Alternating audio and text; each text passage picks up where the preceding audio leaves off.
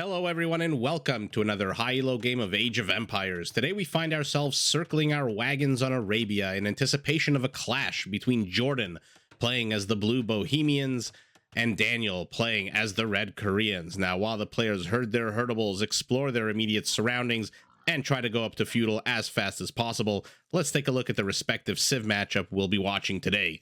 Now the Bohemians are a civ that pushes its players towards gunpowder units by making the chemistry upgrade and hand cannoneers available in Castle Age, and having access to an upgrade that actually increases the speed of all gunpowder units by 15%.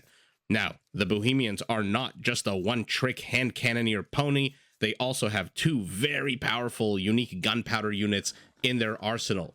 The first is the Hussite wagon, an incredibly tanky, powerful siege unit that's sometimes referred to as the mobile wall. Now, why is it called the mobile wall? Because it actually protects units behind it from enemy projectiles by cutting the damage that they receive in half. Now, the second unique gunpowder unit of the Bohemians is the Haufnitze, or the howitzer, and basically an upgraded version of the bombard cannon with more HP, better armor, higher damage, wider blast radius, and a massive 250 attack bonus against buildings. Now, before you think this unit is very easily accessible, remember that upgrading to the Haufnitze from the bombard cannon basically costs the same as going up to Imperial. Now, as you know, any player of the game knows, gunpowder units are very expensive, so to help reduce expenses, universities and blacksmiths cost less wood, mining camp upgrades are free, markets work 80% faster, and these blue villagers are harder to raid because, very interesting bonus, they are affected by 2 monk upgrades that make them move faster and have more HP. I am, of course, talking about Fervor and Sanctity. Now, to provide backup for the expensive gunpowder units of the Bohemians, they do have a few interesting bonuses. Their spearmen deal 25% extra bonus damage, which is amazing if you find yourself playing against the cavalry civilization, since Bohemians have fully upgraded halberdiers, and you can actually evolve your entire monk line by researching an upgrade that replaces all the gold cost of both monks and monk upgrades with food, which essentially turns the Bohemian monk into a trash unit. Now, fighting against our blue Bohemians, we have Daniel as the red Koreans, a civilization that is classified technically as defensive, but my god, you wouldn't know it from how players are using it, since the same static defensive bonuses can be used effectively in rush strategies. I am, of course, referring to the infamous Korean bonus. All tower upgrades are free, and starting in Castle Age, their towers can be upgraded to have extra range. Now, to help you build these structures, Korean stone miners work 20% faster, and Korean villagers, like Bohemian villagers, are harder to raid, because they do have an extra line of sight. I believe it's 3, which makes them able to see opposing units from a mile away and give the player more time to react. Now, once you, as the Korean, have built your towers, you can defend them with a few well-rounded civ features. All Korean military units, except for siege, cost less wood. Their archer units get free upgrades. Their mangonel line minimum range is reduced from 3 to 1, which may not seem like a huge deal, but for those players who have amazing micro and the godlike ability to hit attack rounds, this is incredible. And those same mangonels can actually be upgraded to have +1 range, which makes Korean onagers actually outrange most towers and castles in the game. Now, if that wasn't enough, the Korean unique I'm sorry, I'm trying to get tongue-twisted. I'm getting tongue-twisted here. The Korean unique unit is the war wagon, a mounted archer with a heavy attack, a heavy amount of HP, and a heavy amount of pierce armor. It is, in fact, one of the strongest base attacks of any archer in the game. Now, because it is an archer unit, remember, it does benefit from the lower wood cost. I believe it's 20% less wood, and does get all the upgrades for free. So overall, today, we are witnessing 2 amazing players. Take a look at the Elos at the top of your screen, literally separated by 16 Elo points at the high 2500s, borderline 2600 Elo. 2 incredibly well-known players that have been around the game for a while, with 2 very heavy civilizations that can pack a real punch, a real war of the wagons here. The war wagon from the Koreans the Hussite wagon from the Bohemians. That being said, before I start predicting anything, which is usually wrong, let's let the players decide how they want to proceed. Let's take a look at their bases, see which one is sitting at a better advantage here. JorDan basically completely open in the base. I like that his gold is in the back, but very hard to wall off, as you can see by this giant construction undertaking here at the front of his base, which is still not finished, seeing as how wide open it is. Where is his stone? Very far away from his town center, and very far for the secondary stone as well. So our Bohemian player has to really reach for his stone. Daniel, on the other hand, his gold is more front leaning, his base just as open as JorDan's.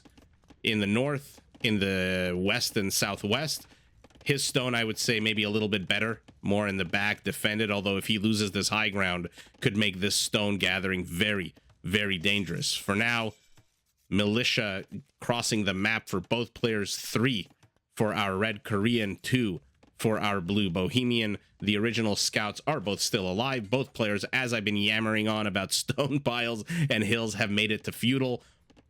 And let's see what kind of aggression they decide to put on here. For now, JorDan just getting some lumberjack upgrades. And wisely walls himself off here. These are now men-at-arms, these militia, but without ranged units, he can defend these palisades for days. So these are very safe foragers. Daniel, on the other hand, taking a bigger risk here, not really closing himself off. So these militias, which are not upgraded, by the way, to men-at-arms, I mean, they'll slowly pick and prod away at this mill at their 4 attack, with their 4 attack, but I don't think this mill is going to go down. It still has 300 HP. And is he paying attention, or is the spearman going to take away his scout cavalry? He does. Oh no, Daniel not paying attention for just a brief second, maybe dealing with this attack at home. And let's take a look at what the players have seen of each other's bases. Daniel has seen everything of JorDan's base.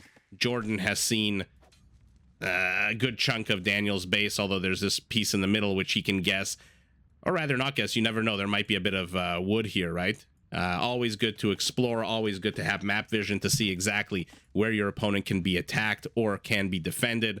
Just makes your overall strategy much more informed, and as always, better informed decisions are always the way to go versus less informed decisions. Our map today, as I said, is Arabia. Apologies for anyone on a smaller screen. I am zooming out a lot. Basically a medium level rush distance, I would say. Not too long, not too short. A few hills, nothing crazy in the center of the map. But 2 very forward gold piles here. One for Daniel, one for JorDan. Will be interesting to see how the players decide to occupy these areas and how they decide to colonize these resource patches. The entire left side, the entire west from south to north is completely open, very hilly, lots of resources, lots of lumber, gold, and stone. We'll see if either player really decides to take advantage of that. But for now, Daniel is moving out with a sizable, very sizable force here. Spearman gets gangbanged by 2 militias and, oh, I was going to say escapes, but no, one of these billy clubs does manage to hit him and he goes down.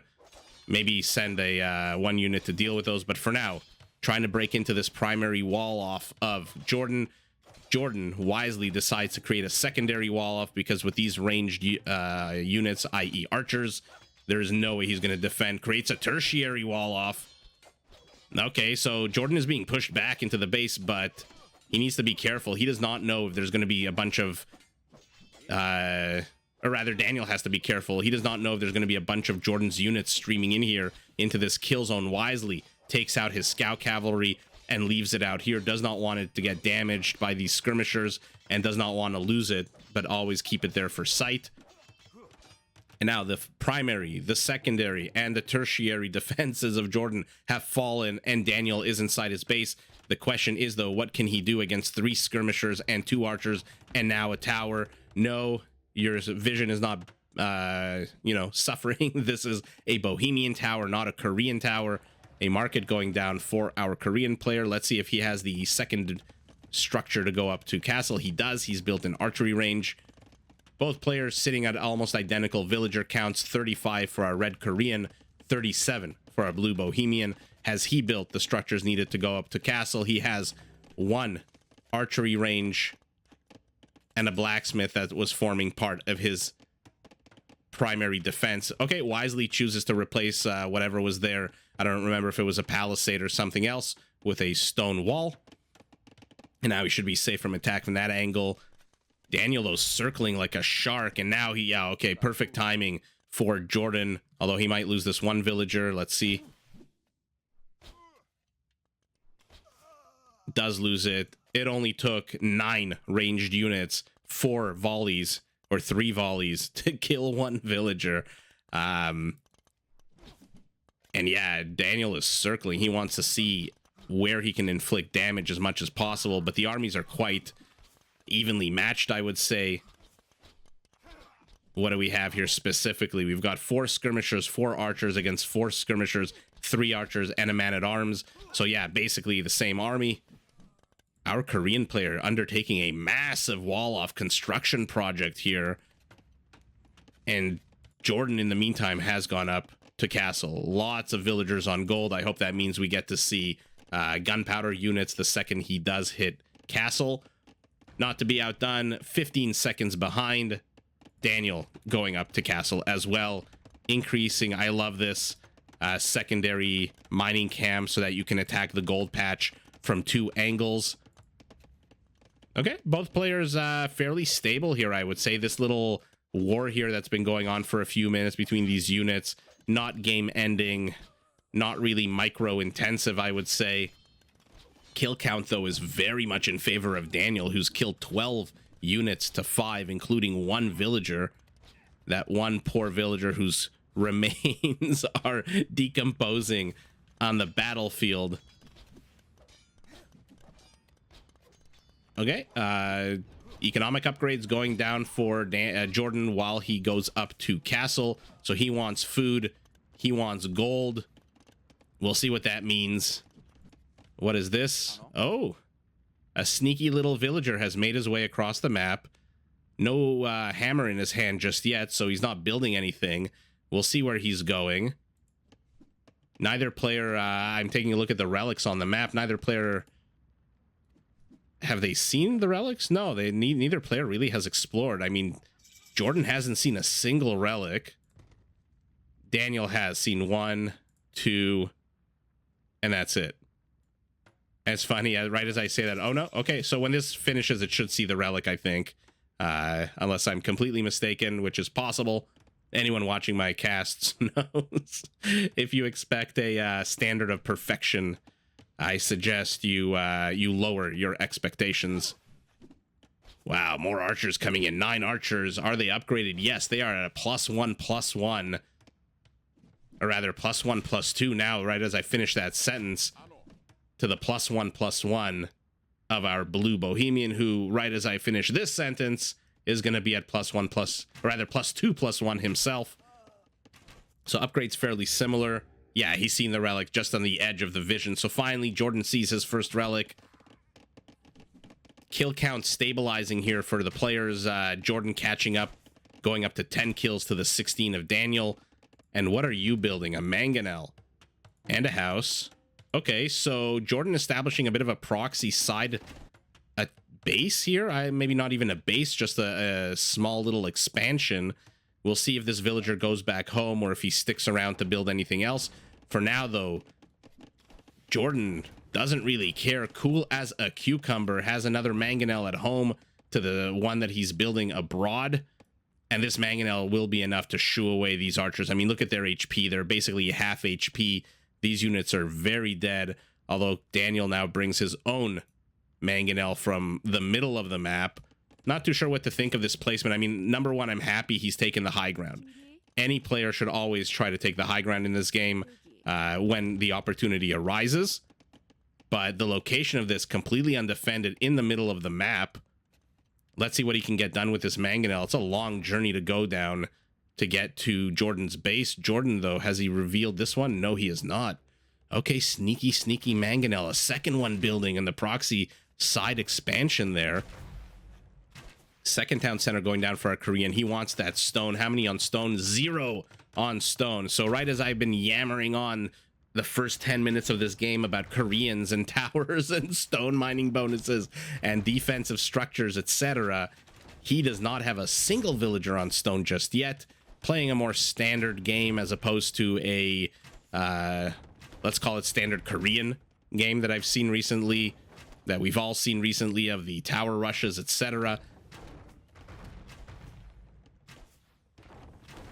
Okay, he's gonna gun down that that archery range, and now he's getting sanctity, so monks are gonna have more HP, but so will the villagers. Let's click on them right as that finishes. Should jump up to 55 HP. 55 HP right there at the bottom left of your screen. So very cool Bohemian upgrade. Okay, he's working away at these houses. Has not revealed 2 mangonels and a scorpion. Okay, monastery, easy peasy to get that relic. Daniel putting on a lot of pressure. Let's see what he sees with this one incredibly far-sighted outpost. Basically can see any attack coming a mile away, but unfortunately places it right next to the barracks, so it's going to get attacked by these mangonels. Oh no, terrible placement here, and it didn't really matter. He didn't have to volley those rocks at that outpost. It would have been friendly fire anyway. But JorDan in a bit of trouble here. I mean, is it not time to maybe reveal your side attack? Do you see that your opponent is walling off? You do not. So he doesn't know that the secondary wall off is happening here for Daniel. If he knew that, I wonder if he would just reveal his mangonels. For now, Daniel's sitting on a healthy military and villager lead. 30 military to 18, 60 villagers to 50.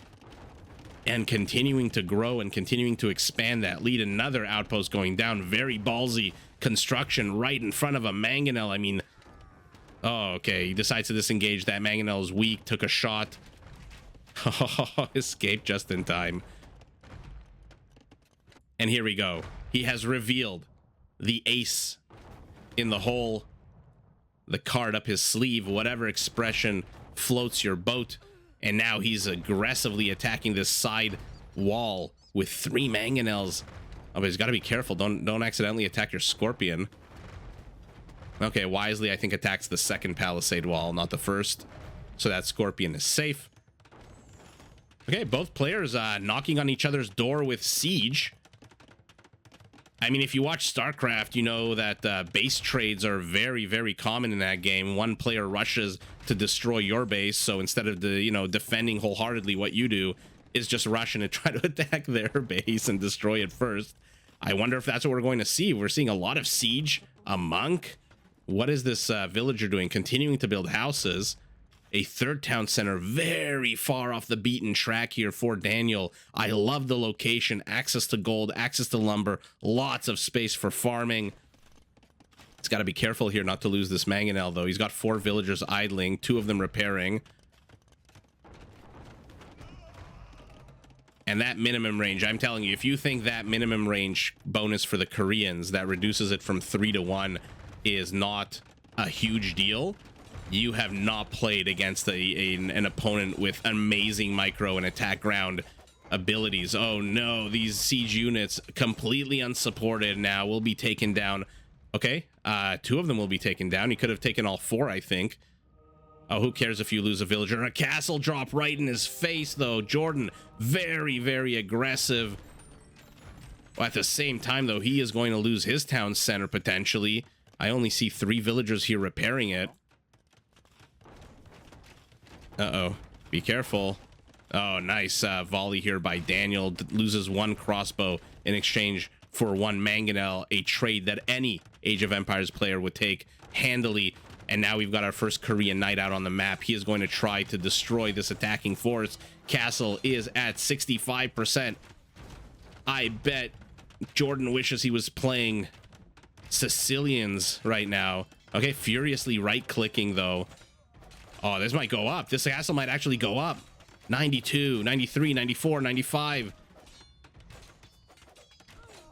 99. Oh, it just barely goes up. Manages to save 2 half-dead villagers. And now Daniel is in serious trouble, even though he is knocking down the front door. of JorDan with his 2 Korean towers. These are guard towers. Let's see if the second he goes up to Imperial. If he does, these will be upgraded to keeps. And wow, fantastic play here by both players. I mean, this is as close to a base trade in Age of Empires as you can get using static defense. Daniel, not deterred, plops down another town center. Not too sure about this location. You've got access to some bamboo, right? I think that's bamboo. Lots of space for farms. And Daniel's got 1 villager on food right now. Oh no, villager count for both players has been knocked down to the low to mid 50s. But we've got this beautiful vine-covered Bohemian castle just gunning down this town center. He's not making much progress though, Daniel, into JorDan's base. He's been in the same location for the last 5 minutes, no? He's been trying to gun down this town center. He's been trying to fight off enemy mangonels. Finally, a knight is coming, but where's the closest stables? The knight comes and immediately gets shooed away by the monk. So he made the long, arduous, dangerous journey from somewhere, oh my god, from all the way over here, and has done absolutely nothing. Another Bohemian castle going down. The range will be able to get both of these towers. Yeah, Daniel has to put on a bit of more aggression here, maybe attack some of these villagers, but I don't think he can stop this castle from going up right now. For now, he's expanding westward into the frontier, past tigers, past toucans, or whatever this bird is, a macaw. Why did he reallocate his village? Why did he move his villagers there? Okay, I was very confident that he could get this castle up. JorDan is sitting on 1 military. This is the extent of the Bohemian army that is facing the advancing Korean might of towers, mangonels. Okay, I was gonna say knights, but there's no more knights. Oh god, sacrifices a whole bunch of villagers to distract these mangonels so they don't fire on the villagers who are constructing his castle. Brilliant move, but a costly move. And now he's going to secure his position. Daniel sitting at a huge disadvantage right now, even though I think the scores say otherwise. I'm not sure I agree. Military count is 18-3, villager count is 62-46, but his entire forward aggression has been stopped. His entire base now belongs to the Czech Bohemian might, and we have our first Hussite wagon out. Take a look at those stats. Attacking on a 17. Oh my god, how cheeky. He goes right into the dead zone of the tower, because of course, if you've watched my casts, you know that pro gamers absolutely are allergic to getting murder holes. Not that Daniel has a university, does he? He does not. So either way, no murder holes for him. But what a placement here for this Hussite wagon. Relocates it just outside the range of this second tower, which also has a Hussite wagon parked at its base. And now Hussite wagons coming out left, right, and center. That army supply count is still 6-17. And he's got to be careful. They're not invincible. They are tanky with 200 HP. But I think their pierce armor is amazing, 7, but their melee is shite. So he does have to be careful. They are everywhere, though. You basically have a Hussite wagon. This is the Oprah Winfrey. You get a Hussite wagon. You get a Hussite wagon. You get a Hussite wagon. You get a Hussite. Everyone gets a Hussite wagon underneath their chairs. And Daniel is just on the lam. He is on the run. His entire base is now forfeited. He has to rebuild all of his infrastructure. Luckily for him, he's got a lot more villagers than our blue Bohemian, even though a shit ton of them are idle at 8. So he's sitting at about a 10 villager lead in terms of productive villagers. Military count still 21, but what is it? It's a scout, a man-at-arms, and 16 crossbows. 16 crossbows against a unique unit that fires bullets and has 7 base pierce armor. So Daniel, even though he has the score lead, I question whether that is an accurate representation of what is happening out on the map. And he's gonna get this last mangonel, or just third last mangonel rather, or I should say last defensive mangonel. Yeah, these two are on the offense. Oh, this man at arms, 2 kills, but I think your time has come and gone. You are the laser disc of this game. You were good for a while, but now something better has come out. Although that something better is still the mangonel. Okay, another expansion here for our blue Bohemian. I like this. Always kill 2 resources with 1 stone if you can. Lots of space for farming, but he is only sitting on 2 town centers. 1 relic to none for our blue Bohemian, who has now firmly entrenched himself inside Daniel's base. Daniel, though, I mean, this is an amazing play by him. What an adaptability, what cool and composure we're seeing out of here. Coolness rather than composure. Okay, monastery for him. Let's see if it's for relic gathering or for Hussite conversion. Or for just healing up these units, which are sitting at shitty HPs because they've taken damage. This is not a fight these crossbows want to take. I mean, look at how much damage they're dealing. 15 damage only for 16 crossbows. Okay, but because JorDan doesn't respond or with a volley of his own, he does end up losing one. I was not expecting that. What do we have here? 6 range against 7. So these crossbows, which I think also are faster, 0.96 to 0.8, these crossbows will kite in reverse these Hussite wagons for days. And he's got to be careful. Daniel is now pushing back. Oh, but he's got, yeah, he needs to be careful with these Hussite. He can't afford to waste them. He's going up to 10 of them. But these are not effective trades here for JorDan. I love the parking underneath. I mean, if ever there was an ad for getting murder holes, it really, really ought to be this game. I wonder if he's just microing his heart out way too much here, JorDan, because he is losing a bunch of these Hussite wagons. They are not cheap. This expansion in full operation. We've got a little bit of side mining here. This scout, for some reason, is literally hiding behind a tree, afraid of entering the battle, wasting population space. Daniel, though, going up to 101 villagers to the 62 of our Bohemian. I mean, I said earlier, I thought he was behind. Oh, God. What a terrible volley here for JorDan. Amazing volley for Daniel as the macaw flies over everything. As I was saying, I thought the scores were a bit misleading because it showed Daniel being ahead significantly. And a few minutes ago, I would have said that was misleading. But now, I don't know anymore. I really don't know. He's quantity over quality here. These crossbows are there still. Oh, God. Sorry, everyone. My clicking is horrible. Oh, he lost 1 crossbow. Let's see if he loses another. He does not. But look at that HP. It's kind of dog shit right now. Okay, JorDan, where is your army?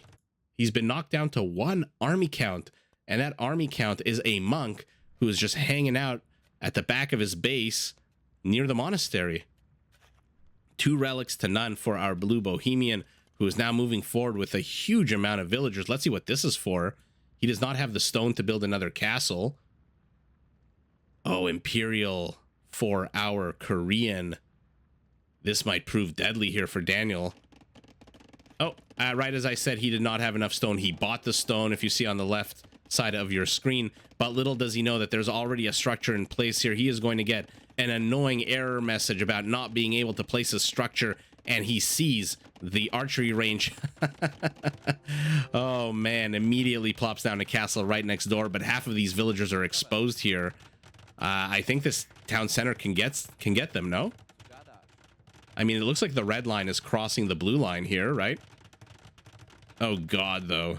And now Daniel finds himself yet again a refugee trying to flee Bohemian aggression here. He fled from his base westward. Then the west came under attack. Now he's fleeing north.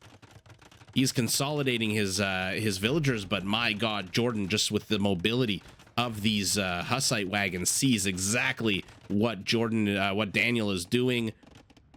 He's going to lose this town center, but does he care? He has 4 other town centers. He is very much in the score lead, double almost the villager count of our Bohemian player. Although our Bohemian player, on the back of half the economy, has gone up to Imperial. Oh, but not fast enough.